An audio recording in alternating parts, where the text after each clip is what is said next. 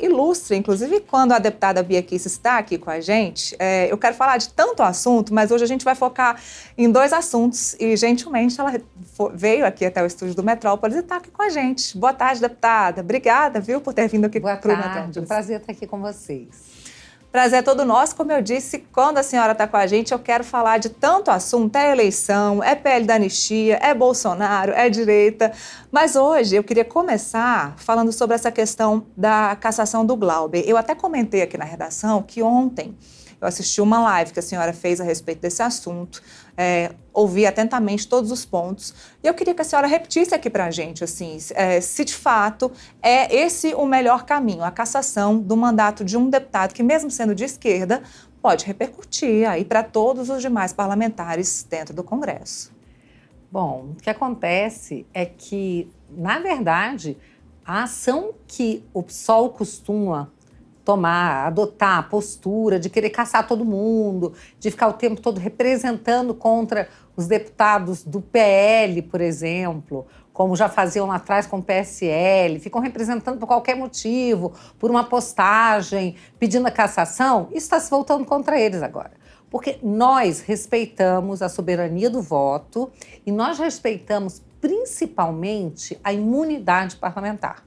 O artigo 53 da Constituição diz que parlamentares são absolutamente invioláveis, civil e penalmente, por suas palavras, votos e opiniões. Mas não está nesse artigo o direito de sair chutando, dando murro, usando de violência física contra outras pessoas. Então, assim, no que se referir à imunidade parlamentar, nós seremos sempre intransigentes na defesa da imunidade. Mas nós não concordamos que um deputado possa simplesmente agredir outras pessoas, colocar para fora do Congresso à base de chutes. Isso é muito sério. Então, houve sim uma quebra de decoro que precisa ser devidamente punida. Não tem outra saída. Agora, o Conselho de Ética decidiu pela cassação. Isso irá a plenário. Havendo recurso, irá primeiro para a CCJ e irá a plenário. O plenário vai ser soberano para decidir. Bom, deputada, muito se diz, e o próprio Glauber falou com a gente aqui no boletim, que existe uma perseguição política. Perseguição política que acontece por parte do ex-presidente da Casa, Arthur Lira, e também pela direita, principalmente pelo ex-presidente Jair Bolsonaro. Agora, existe mesmo motivos para uma perseguição política da direita ao deputado Glauber? Gente, sabe aquela história? Chame-os do que você é, acuse-os do que você faz. Ninguém é tão perseguido como a direita nesse Brasil, gente. Nós estamos aí até com um ex-presidente que passou por uma cirurgia de 12 horas, ainda em decorrência de uma facada que ele levou, porque a esquerda, o sistema não queriam Bolsonaro eleito. E desde que ele foi eleito, sempre perseguido desde o primeiro dia. E assim como ele, toda a sua base aliada.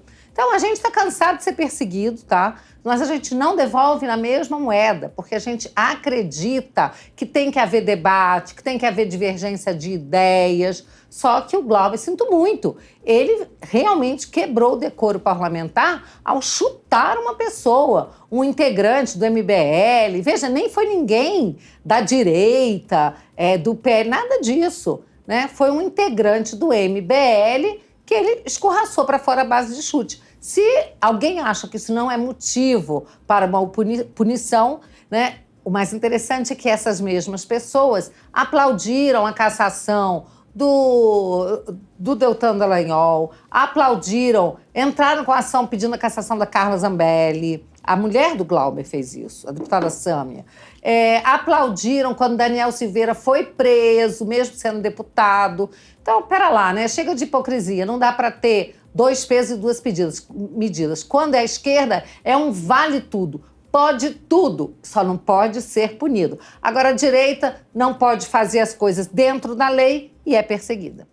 Eu ia chegar nesse ponto exatamente porque sempre que a gente entrevista alguém de centro-esquerda, eles usam essa justificativa de a Carla Zambelli não perdeu mandato, o Chiquinho Brazão ainda não perdeu mandato. Dá para comparar os casos de cassação? Bom, eu acho que todos os processos, eles devem andar. No caso, lá atrás, eu acho que houve um acordo, eu não faço parte do Conselho de Ética, mas existiam, acho que uns 6, 7 processos de cassação de um lado e de outro. E acabaram fazendo um acordo para arquivar, porque estavam querendo cassar mandato por qualquer motivo. No caso da Carla Zambelli, ela está respondendo perante o Supremo Tribunal Federal, tá? Então, se ela for cassada, o plenário da casa vai ter que falar também, né? Então, isso é uma coisa que é muito séria. Sempre que houver qualquer decisão na área criminal contra parlamentar, é a casa, é o plenário da casa correspondente que decide se há cassação ou não. Se for deputado, na Câmara dos Deputados. Se for senador, no Senado. Agora, deputada, eu também fiz essa pergunta, foi até para o deputado Chico Alencar. Essa greve de fome que o deputado Glauber está fazendo, isso não pode acabar prejudicando ele no sentido de que pode acabar avançando, colocando holofotes em cima disso e avançando esse julgamento dele, essa cassação dele dentro da própria Câmara dos Deputados, porque a gente até viu alguns analistas falando isso hoje, de que essa greve de fome está irritando até mesmo parlamentares da esquerda, ou seja, isso pode acabar prejudicando o próprio Glauber? Eu acho que, claro, né, assim, as pessoas podem ficar irritadas, incomodadas, eu não iria por aí. A gente sabe que existe essa coisa do ambiente político que se forma. E é preciso dizer que o Glauber não é uma pessoa querida na casa, tá? Não é. Porque ele é useiro e vezeiro em agredir as pessoas de forma verbal, né, em atacar, em querer caçar todo mundo que é da direita. Ele está, como disse o presidente lá de um partido de ultra-esquerda, ele está tomando o próprio veneno que o partido dele sempre faz questão de espalhar. Então é isso. Agora, eu acho que, na verdade, mesmo com os ânimos acirrados, antipatias à parte, eu acho que o que tem que ser analisado é o ato dele e ver e dar uma punição que seja justa e correspondente. Então, o Conselho de Ética entendeu por 13-5, quer dizer, com uma margem bastante ampla pela cassação. Quando chegar ao plenário, nós iremos analisar. Agora, eu vou falar de um outro assunto, deputada, que parece que não tem a ver, mas o que a gente viu na semana passada foi o presidente da casa, Hugo Motta, adiando a sessão plenária para que a comissão de ética pudesse acontecer, ou seja, para que ele, de fato, fosse cassado, para que Glauber fosse cassado. Muito se discute também a posição de Hugo Motta frente ao PL da anistia.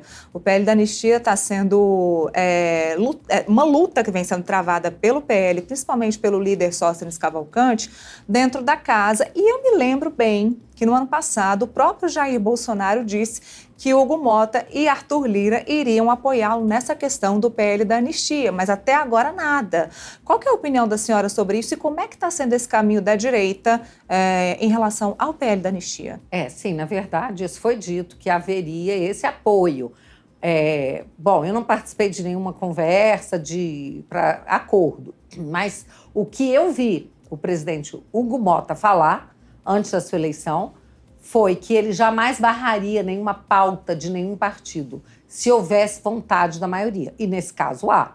Nós já temos mais do que 257 assinaturas, que é o mínimo necessário, que é metade mais um dos parlamentares, não é? Para pautar esse projeto em regime de urgência. Então, a obrigação dele agora é pautar. A gente está assistindo uma coisa pavorosa, né? Que mostra que não tem mais independência nenhuma entre os poderes, não tem harmonia nenhuma. Quer dizer, na hora que esse assunto vem à baila e a gente consegue as assinaturas, e até antes da gente conseguir, numa tentativa de boicotar isso, começa o Hugo Motta, o pai dele, a receber visita da Polícia Federal, processos parados há 10 anos começam a andar. Gente, isso é um vexame.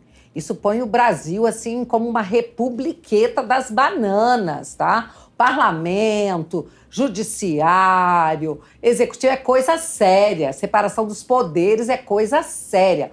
Quando um dos poderes começa a usar, né, do seu poder para chantagear outro, é porque a vaca já foi para o brejo há muito tempo. Então, nós temos que lutar para conseguir essa anistia, porque isso é uma questão humanitária. Aqui, meus amigos, não importa se você é de direita, de esquerda, de centro, de baixo, de cima, não estou nem aí para isso. Isso é uma questão humanitária.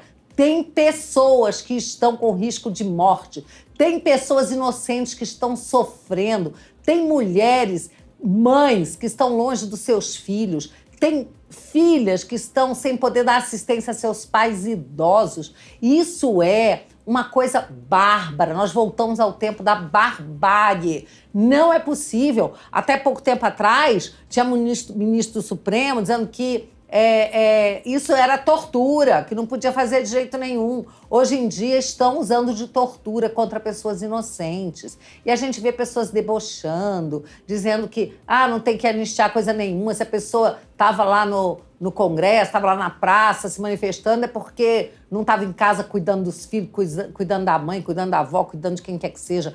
Que coisa vergonhosa falar uma coisa dessa, gente. Eu fico impressionada como as pessoas conseguem ser cruéis. O que a gente pede aqui é um mínimo de empatia, solidariedade, um pouco de coração, sabe? Que parece que tem gente que tem pedra no lugar do coração. Agora, deputada, qual vai ser o caminho, a quem o PL vai recorrer se o PL da anistia não for pautado no plenário da Câmara e for, talvez, sei lá, para uma comissão especial que vai demorar muito para isso ser avaliado. A gente sabe que se for para uma comissão especial, tem ali um grande número de audiências, se eu não me engano, 40. Então, até isso chegar ao plenário vai demorar muito. Então, qual é o caminho do PL se isso não for para o plenário agora em regime de urgência? Bom, a gente vai ter que partir para obstrução, né? A gente vai trabalhar para pautar. E nós queremos anistia ampla, geral e restrita. Do jeitinho que os terroristas, guerrilheiros lá de trás, que matavam pessoas, que explodiam caixa eletrônica, que sequestravam o embaixador, tiveram. Nós queremos essa mesma anistia ampla, geral e restrita para pessoas que estavam apenas se manifestando, não cometeram crimes. Algumas, sim, fizeram crime de vandalismo, do jeitinho que os índios agora tentaram fazer, né? Foram para cima dos policiais legislativos com flecha, com tudo. E a gente viu, em primeiro lugar, a polícia respondendo, protegendo o prédio público, coisa que não aconteceu no 8 de janeiro, tá? Que lá até facilitaram a entrada das pessoas, tá certo? E a gente viu agindo com violência esses indígenas. Eu quero saber quem aí vai ser processado pelo Supremo, vai ser enquadrado como golpista, como alguém que queira derrubar o Estado Democrático de Direito de forma violenta, né, gente? Pelo amor de Deus, isso é tanta hipocrisia, tanta baboseira querer dizer que Débora, que não sei mais quem, que pessoas simples, um pipoqueiro, o vendedor de algodão doce estavam querendo dar um golpe de Estado. Quem acredita nisso? Ninguém. Eu digo para vocês, ninguém acredita, mas as pessoas fingem que acreditam para manter uma narrativa, isso sim. A gente pode dizer que a direita, que o PL vai sim endurecer o jogo se isso não for para plenário. E eu tenho certeza que a população virá junto, porque nós tivemos uma manifestação com 1 milhão de pessoas ou mais na Paulista. Não adianta querer dizer que tinha 45 mil. Gente, eu estou nas ruas, em carro de som, em manifestação desde 2014. Na Paulista, não sei quantas vezes eu fui. Eu estava lá, tinha pelo menos 1 milhão de pessoas ali na Paulista. Todos os blocos, assim, você não via o final da rua, o final de pessoas, era tudo verde e amarelo, tá? Então, as pessoas certamente irão também para as ruas se manifestar mais uma vez, porque o brasileiro de verdade, de bem, ele não gosta de injustiça, não, tá? E tem mais. Eu me lembro, nos primeiros primórdios das aulas de direito, a gente aprendia o seguinte: é melhor uma pessoa culpada solta do que um inocente preso na cadeia. Hoje, nós temos centenas, milhares de inocentes presos, ou na cadeia, ou com tornozeleira eletrônica, total limitação, não conseguem trabalhar, e ainda sendo condenados a dívidas impagáveis, 30 milhões aqui, e um deboche danado quando se fala dessas pessoas, o próprio judiciário. Gente, o Brasil está sangrando, está tendo a sua história do judiciário, inclusive, manchada. Então nós vamos lutar até o último dia, até a gente conseguir a anistia dessas pessoas todas. Agora, uma última pergunta, deputada. A gente deu aqui hoje no Metrópolis, inclusive eu estava falando com o Igor Gadelha sobre isso, de que o ex-presidente Jair Bolsonaro, antes de ir para a cirurgia, ele acabou mandando uma mensagem para aliados dele falando sobre o PL da anistia. A senhora chegou a receber essa mensagem? Olha só, eu confesso para você que eu nem entrei na lista de transmissão, eu estava totalmente focada, conversando com médicos dele, minha preocupação ali toda era a saúde. Agora, eu li que ele mandou essa mensagem, eu faço parte da lista de transmissão, depois eu vou dar uma olhada, e não me espanta que ele tenha feito isso, porque o presidente Bolsonaro é um homem de bom coração, e mesmo estando na situação que ele estava, com dor, sofrimento, indo para uma cirurgia complexa, com 12 horas, no que ele pensou? Ele pensou nos inocentes, ele pensou nas pessoas que estão presas, que estão sofrendo, separadas de seus familiares. Foi nisso que ele pensou. Isso é um homem bom, gente, é um homem de coração. Então, eu estou feliz porque ele venceu mais esse desafio, que foi essa cirurgia, uma cirurgia complexa, uma cirurgia dura, longa e que vai demandar uma recuperação também cuidadosa. Mas a gente sabe que o presidente Bolsonaro é aquele mesmo homem que na pandemia ia nas casas, abria a geladeira, via o pessoal passando fome e ele lutava e dizia: não podemos deixar a economia para depois, não. Temos que cuidar da saúde e da economia. É esse mesmo homem que agora se preocupa com a anistia. Deputada, eu te agradeço muito pela gentileza de ter vindo falar com a gente, mas antes de me despedir, já quero dizer um até breve, que eu quero a senhora aqui de novo para a gente falar de eleições, tanto Pode de Bolsonaro comigo, quanto as suas eleições. Pode contar, é um prazer vir aqui conversar com você e com o seu público. Obrigada, até a próxima.